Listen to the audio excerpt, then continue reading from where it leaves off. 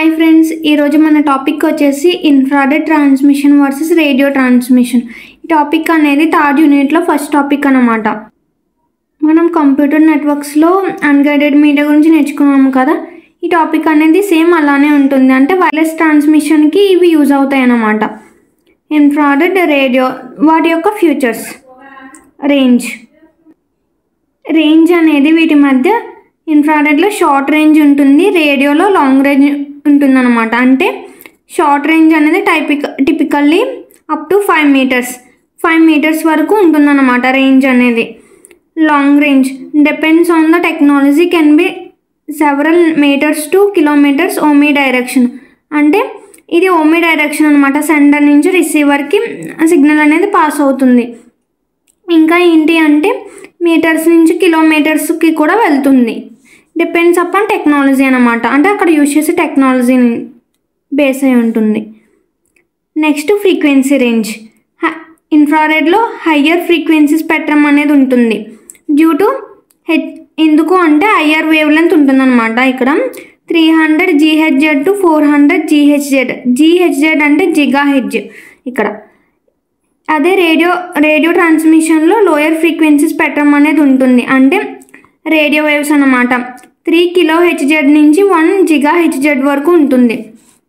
ఇంకా line of sights requires a direct line of sight between device. ఇక్కడ signal అనేది devices మధ్య డైరెక్ట్గా ఉంటుందన్నమాట. Does not require line of sight, signals can be pass throughout the obstructions. అంటే ఇక్కడ direct line అనేది అవసరం లేదు, సిగ్నల్స్ అనేవి ఎలానా పాస్ అవుతాయి అన్నమాట.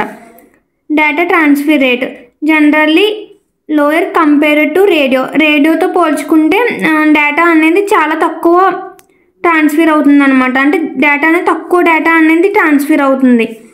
Higher data transfer rates possible. ఇక్కడ ఏంటి అంటే హయ్యర్ డేటా అనేది ట్రాన్స్ఫర్ చేయొచ్చు. ట్రాన్స్మిషన్ అనేది హయ్యర్ డేటాకి పాసిబుల్ అవుతుంది అనమాట. Next interference. Prone to interference from abstractions and ambient light. అంటే మధ్యలో ఏదైనా ఇంటర్ఫిరెన్స్ ఉంటే సిగ్నల్ అనేది బ్లాక్ అయిపోతుంది అనమాట. Less prone to interference especially in crowded areas. ఇది దీంతో పోల్చుకుంటే ఇక్కడ సిగ్నల్ బ్లాకింగ్ అనేది తక్కువగా ఉంటుంది, ఎస్పెషల్లీ ఇన్ క్రౌడెడ్ ఏరియాస్లో. Power consumption typically lower power consumption. ఇన్ఫ్రారెడ్లో లోయర్ పవర్ కన్జంప్షన్ అనేది ఉంటుంది, అంటే పవర్ అనేది తక్కువగా యూజ్ అవుతుంది. Can have varying power consumption based on the technology. ఇది టెక్నాలజీని యూజ్ చేసుకుని పవర్ కన్జంప్షన్ అనేది జరుగుతుంది ఇక్కడ. Next security. Generally more secure due to limited range and line of sight require.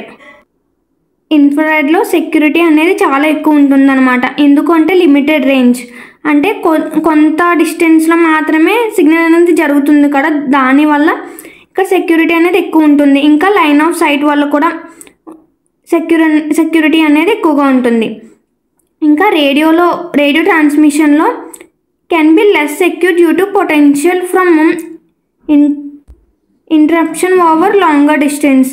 ఇక్కడ తక్కువ సెక్యూరిటీ అనేది ఉంటుందన్నమాట, అంటే లాంగర్ డిస్టెన్స్ సిగ్నల్ అనేది జరుగుతుంది కాబట్టి. నెక్స్ట్ వీటి అప్లికేషన్స్ చూద్దాం.